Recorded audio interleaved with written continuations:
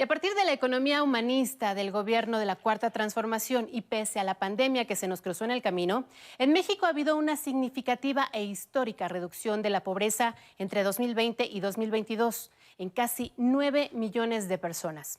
Un logro que nadie debiera escatimarlo. De acuerdo a datos del Coneval, en 2020 se tenían 55.7 millones en condición de pobres y hasta finales de 2022 la cifra bajó a 46.8 millones. Hoy día incluso también se tiene menor tasa histórica de pobreza extrema por ingresos, en 12.1%. Con esto queda demostrado que primero los pobres no es solo una frase, sino el principio que ha permitido mayor y mejor distribución de la riqueza, pero también el motor para una economía fuerte. Eso sí, hay retos en materia de servicios sociales y salud, según los registros oficiales. Veamos. La pobreza en México disminuyó de manera histórica. Por primera vez en los últimos 5 años se redujo el número de personas del país en esta condición. Y es que en 2022, 8.9 millones de mexicanas y mexicanos salieron de la pobreza. El país pasó de tener casi 56 millones de personas en situación de pobreza en 2020 a 46.8 millones en 2022, informó el Consejo Nacional de Evaluación de la Política de Desarrollo Social, Coneval.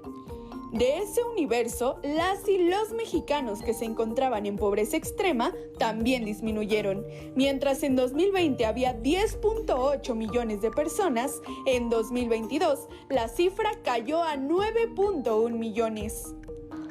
¿A qué se deben estos logros? A factores como la recuperación del empleo, el aumento del salario mínimo y los programas sociales, elementos que permitieron la disminución de la pobreza, resaltó el Coneval. Estos datos confirman que la política social del gobierno del presidente López Obrador, basada en programas sociales y la inversión en proyectos de infraestructura, están sacando del rezago en el que vivieron millones de mexicanos por décadas. Apenas el pasado 26 de julio, la encuesta nacional de ingresos y gastos de los hogares del INEGI detalló que el ingreso de todos los hogares mexicanos aumentó 11% en 2022 en relación al mismo periodo de 2020. Las casi 9 millones de personas que dejaron el umbral de la pobreza confirman que sí ha tenido éxito la economía humanista del presidente López Obrador. Primero los pobres.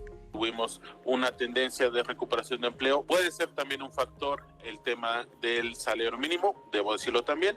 No es un elemento que tomamos a consideración en cuanto a la estimación, pero obviamente está contenido en la parte de la evolución de los ingresos laborales. Pero, ¿cómo se evalúa el índice de pobreza?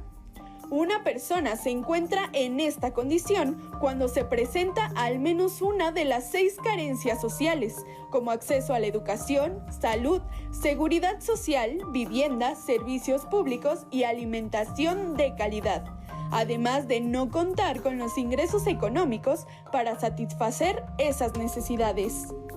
De esta forma, Chiapas, Guerrero, Oaxaca, Puebla y Tlaxcala son las entidades que mayor pobreza registraron.